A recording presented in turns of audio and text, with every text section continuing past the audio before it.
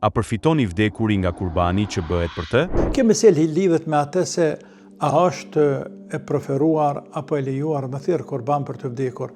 Është vërtet që shumica e kanë lejuar, por e kanë lejuar me thirr kurban, jo të gjithë, sepse ata që kanë lejuar kanë thonë sadaka për gjithshme, sadakë, dhe ne kemi të drejtë me dhënë sadakë për të vdekur.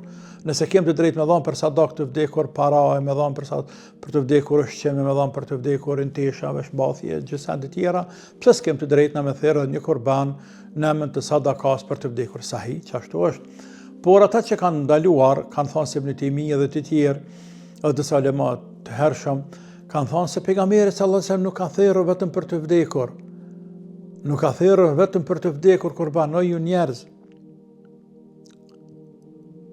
Ati ka vdekur, sot ta thërmi ka vdekur sa kanë qenë vetë gjallë.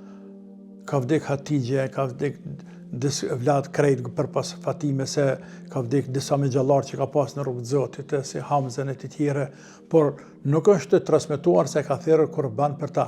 Andaj, nëse veç thirr dikush kurban për ta, nuk mund t'u andalojmë njerëzve, nuk mund t'u andalojmë, por më mirë që Ibn Taymija dhe ndoshta disa ulema të tjerë, jo Ibn Taymija, disa ulema të tjerë të vëndshëm, më mirë ndoshta mendimi jam është ashtu që me hullës është me dhanë sadaka për të vdekur, se sa me prej kurbani. Fundja kurbani jep sadaka, por jep sadaka për arsye se e ikë divergjencave apo mos pajtimeve të fuqahave, jep sadaka dhe përfiton i vdekur. Përndryshe, edhe për kurbanit përfiton me emrin e Allahut Azza wa Jall, sepse për çdo sadakaje që jepet me niyet për hir të Allahut, për shpirt të vdekurit, përfiton inshallah taala.